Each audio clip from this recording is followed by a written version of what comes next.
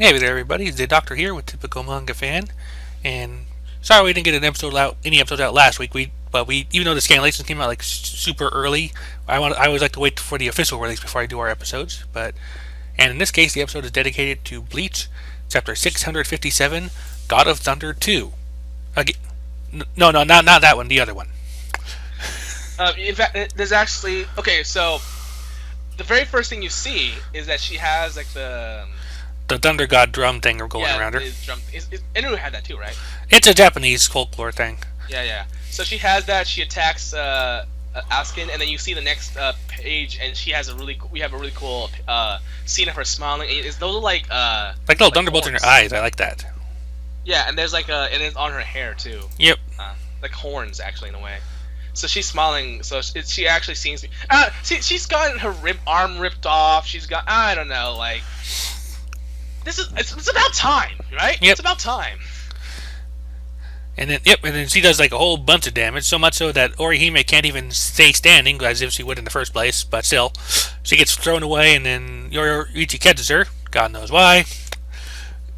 And she pretty much tells her to heal herself, go get the others, and just go on ahead. After I make sure he's good and dead, I'll be right behind you.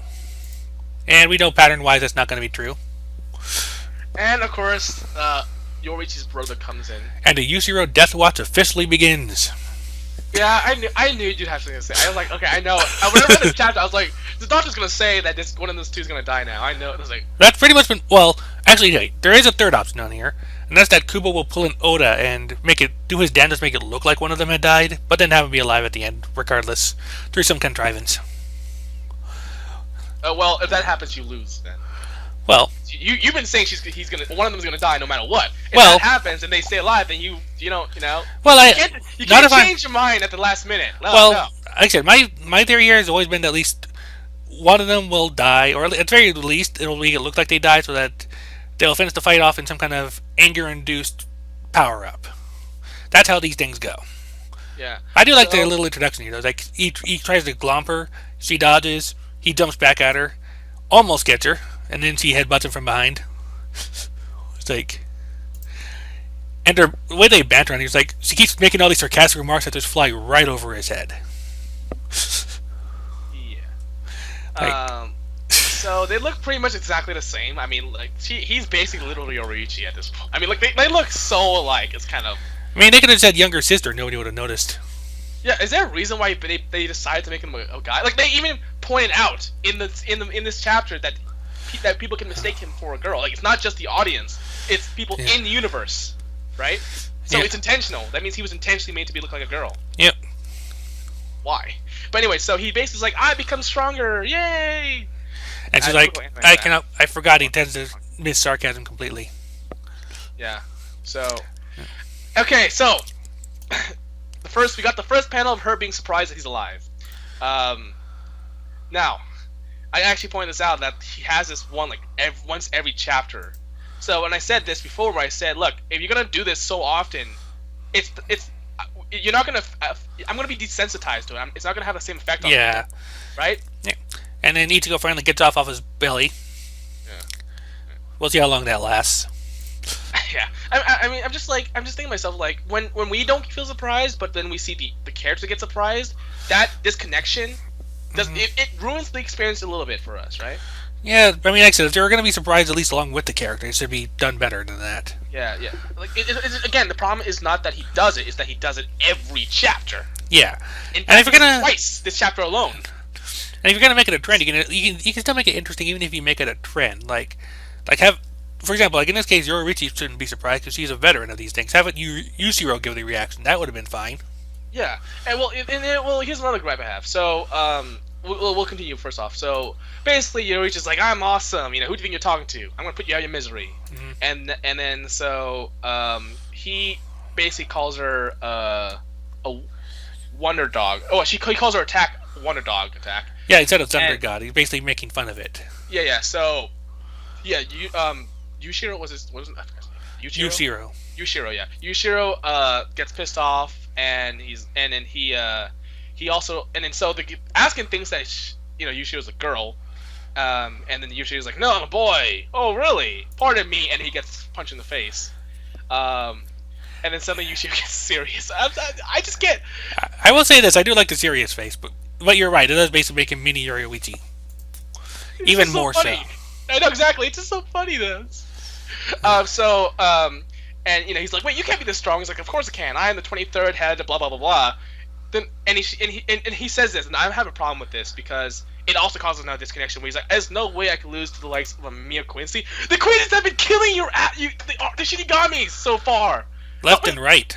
I know you can't say that. The audience knows that. So when you say that, we just think you're overconfident as hell and you're gonna lose. So the problem is this scene is written it's to be like, oh my gosh, he's so strong, and so the audience is supposed to feel empowered, right? But we don't feel that because we know that he's already overconfident. We know that it's overconfidence right now, because we know that he doesn't have a plan B or a plan C, or at least in this moment, he's just letting his emotions get the better of him, and so and we have proven right when it doesn't work. Yep.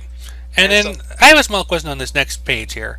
Like basically, Yoruichi gets on her brother's case for charging in without thinking. I mean, he wouldn't even know that attack would work. But my thing here is like, she does acknowledge, like, with a very tsundere look on her face, like, considering I taught you that Sunko fairly recently, it's commendable you were able to develop it in such a short amount of time. How long has it been since they've seen each other last? I mean, after the fight with Aizen, were they allowed to go back to Soul Society? No, oh wait, yes. Well, during that 2-year gap, or is it like, or by short amount of time, do they mean like a century? I have no idea.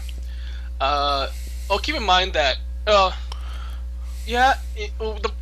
this is tricky. Yoruichi is not the type. She's not the type of person to go back. I don't think she's like the type of person who would go home and be like, "Hey, how's it going?" I feel like she just kind of stay away. Yeah. It seems like Urahara. I mean, I don't know. I'm just guessing at this point. Yeah. I don't know anymore. At this point, anyway, like I said, as we all expect, Askin's still alive. He's looking quite a bit charged, though. The problem is that I'm kind of realizing the way his power works is the more he takes into something, the more he can make himself immune to it. Which, by the way, actually, you know what? Now that I think about it, I think she did come back in the first years. I don't know, the way that they said recently in this short of time, they're really really pushing that, and I think we as the audience we know that they live for a long time, but I think in this case, I think she did come in during those 2 years and taught her brother how to fight using the Shunko. But yeah, not unsurprisingly, and of course, but surprisingly for them, there's another disconnection. We got another panel of them being surprised. He's still alive, and he's like, now that I've, absorbed all that shit, you cannot kill me anymore. Right, because he can control lethal doses, which I assume goes both ways. Like he can make himself immune to something that he takes in a lot of. So we know that. So that's not something like when they kept killing him. I'm like, you're not doing anything. Come on. So that's what I'm saying. Like the problem is, the problem that this would be effective if we didn't know what Askin's abilities are, right? Because then it'd be at least more effective. I don't know about that. In this case, I think knowing his abilities I do realize it makes it less surprising that he's surviving, because we at least know ahead of time how he can survive.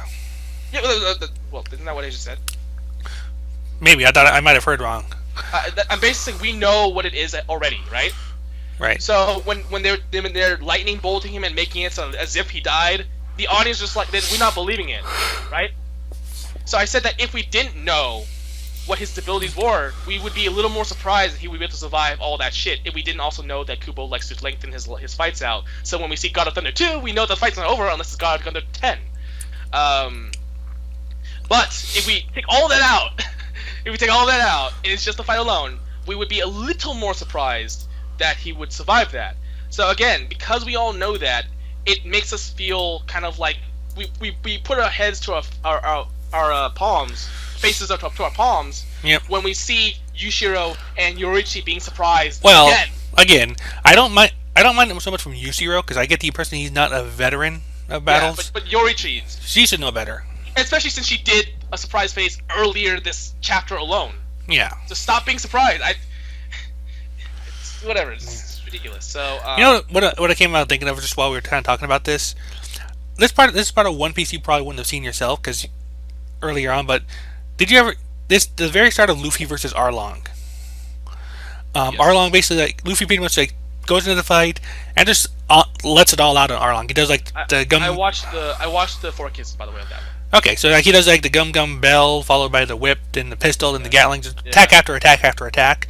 Everybody, all the other people are looking at it in amaze, but Luffy's just sitting there saying that is just a warm up. He knows he's getting back up. Yeah, that's cool.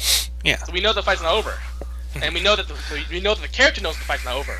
So then so because that doesn't happen often with Luffy, right? So when Luffy does believe the guy's dead, we believe him too. So when the guy comes up and Luffy's surprised, we as the audience are also surprised. It works because it doesn't happen often.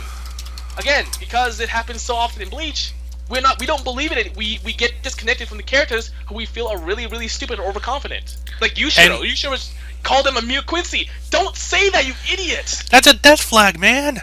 Yeah, but that's not death flag. It's a defeat flag. It's a better word. Well, it's a defeat flag. Well, as far as I'm concerned, right now that they're about the same difference. Well, about the same thing. Well, not yet because we have to lengthen the fight for another 8 chapters first. Then Very true. Death flags. Yeah, and we like Yoruichi. She's cool, and she's getting this treatment. Yeah. The thing is, Yorichi is my second or first. No, you're flattered. She's my favorite character. Screw it. Yeah. Who is the other one? I was thinking Kisuke, but I was thinking about how much he was a dick for not telling people shit.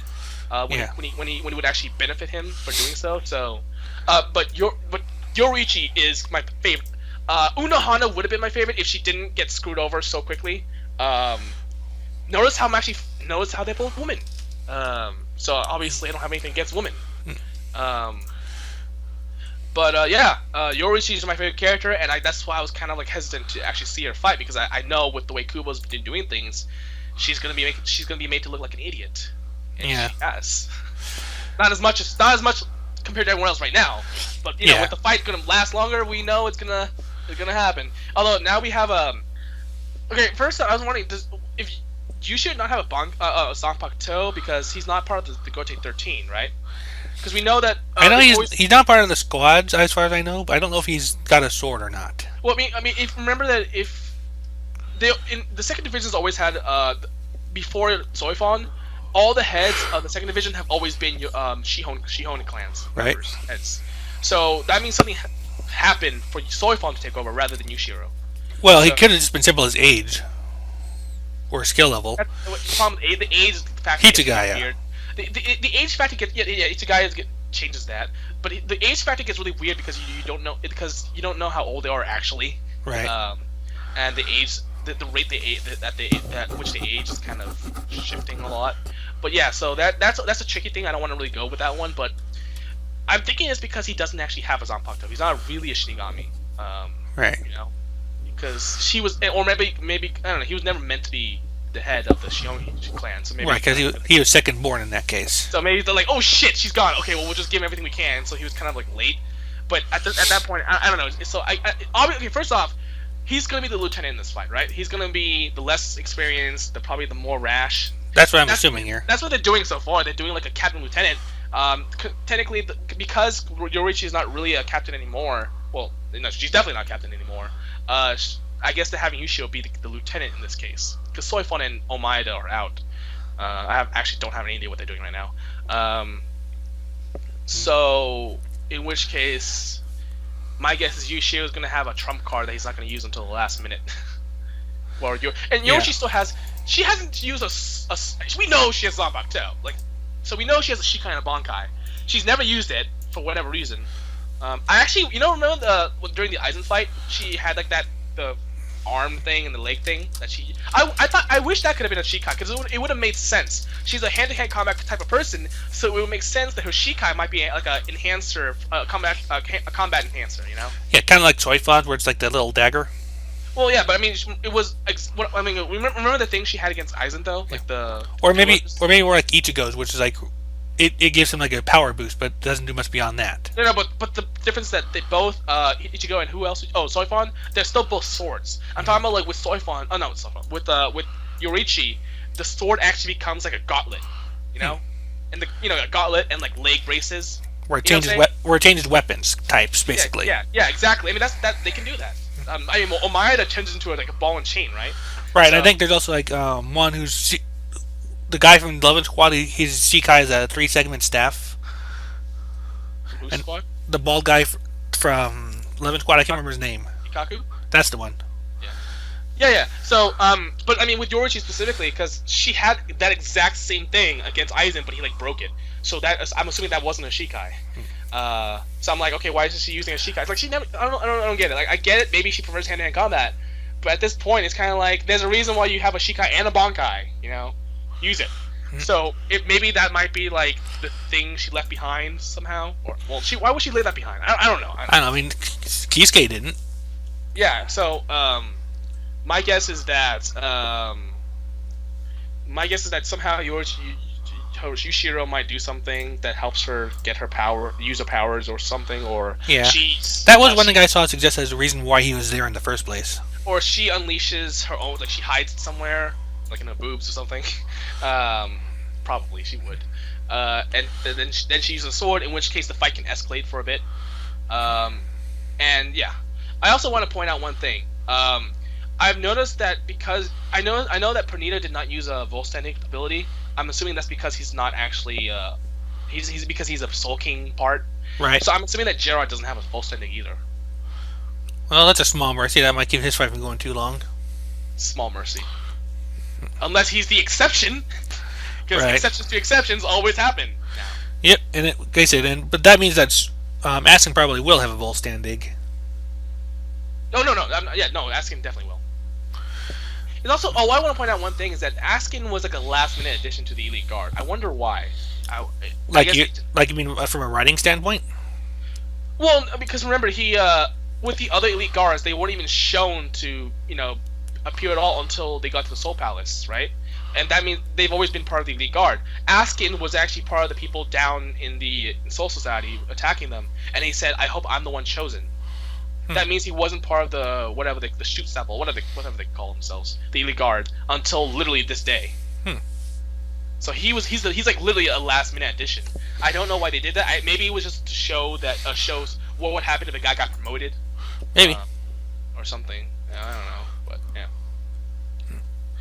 But yeah, Ichigo is useless as always, and so is Orihime, and so is Chad. Chad is probably the most useless of all of them. He didn't even get a line of dialogue or even an accent other than showing us his back. Yeah, but at least Ichigo had expectations. Yeah, that's true. And unfortunately, like I said, it's gonna be a case of like giving him some kind of last-second power-up to defeat the enemy. And I think also the worst one is that while Orihime doesn't have expectations this arc, she had expectations from previous arcs, so it also helps her too. So we have Chad, who is also the worst, but he's also has no we never expect anything from him. Then we have Orihime, who has not done anything because ever since she got hyped up during the Arankar arc, because she's getting stronger. Nope, she's not. And then we have Ichigo. I wouldn't mind it Orihime so much if they didn't make it so much as trying to make her into a fighter. I know I caught myself like after I said it too, but Orihime. Orihime, that just sounds. Yeah, I did not mean it that way. I realized as soon as I said it. But anyway. Yeah. But the problem. Wait. Yeah. Anyway, though, what I was going to say though is that I wouldn't mind it so much if they didn't seem to be trying to force her to be a frontline fighter. Yeah, and that's what they did though, and that's what a lot of people argue. Like, oh well, she wasn't supposed to be. It's like, no. I mean, Kubo was pushing it. He was definitely going there. Then he changed his mind somewhere. If they had Orihime change her mind and decide to focus on the healing abilities, that would be fine. I'd have no issue with that. And they seemed trying to force her into that by keeping her out of the fight before, but that just backfired with Aizen. But it's like if they at least dedicated her as a healer, I'd have no problem with her not being able to fight, because that would not be her role. Yeah, but unfortunately, it was shown in the Arankar arc that she was supposed to be another fighter. And not only another fighter, but she had the potential to be the strongest of all of them if she actually, tried. If she wasn't a pacifist, basically, because she's basically a pacifist, right? Yeah. She doesn't want to hurt people. But I'm like, oh well, that's a character development. Maybe now, she starts off as someone who doesn't want to hurt anyone, but then she realizes that to protect the people she loves, she has to do what maybe she doesn't like, or find some way to use her power to its full potential, despite that. Yeah. Except that none of those routes have been taken. Nope, not a one. Not a one, and that is the problem we have. That is the problem. Yep. That most of us have with Orihime. That's Kubo told us he was going to go somewhere, but he didn't. It wasn't that we wanted her to go somewhere. It was that Kubo told us she was going to go there, and then she didn't. And don't say that we misread it. It was really obvious to anyone that that's where he was supposed to be, that he was telling us to go. But no. Anyway, so I think that's it for Bleach this week. Yeah, it's like like I said, at this point, like I said, the biggest thing to me is just the UCRO Death Watch getting its proper start. Yeah. Yeah, I'm going to be harping on this at least until it finally happens. Well, it's gonna be like 8 chapters until that happens. So okay, let's Yeah, wait. so brace yourself. Let's wait until we actually see someone get stabbed or something like that, and then we can start talking about it. Of course, now that we said that, what's to happen next chapter as the big cliffhanger? No, it wouldn't. It has to be at least 8 chapters into it before we can actually believe that things are actually like fatal. Since when whether or not we believe it matter in this series? Well, from what he's shown us, it's gonna take like 8 to 9 chapters before we actually have fatal attacks that actually do something. Yep. So. Still, anyway, like I said, that has been our review of Bleach, chapter 657, God of Thunder 2. Like I said, stay tuned. This week we'll also have One Piece, the newest chapter of One Piece, 811, and everything. Yeah, that's all for this week there. And so Happy New Year, everybody, and have a good rest of your day. Bye. UC Rose dead.